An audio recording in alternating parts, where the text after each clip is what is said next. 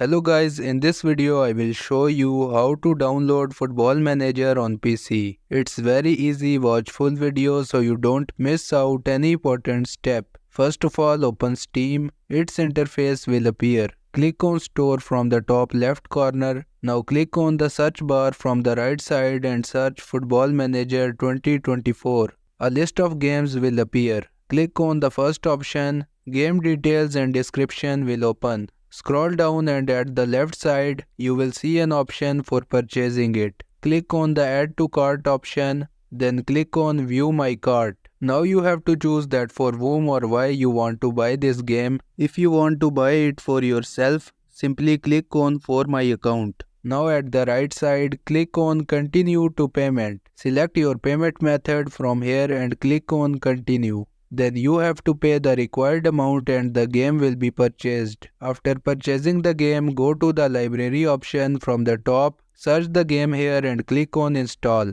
After the installation process, you can simply open the game and enjoy playing. This is how you can download Football Manager on PC.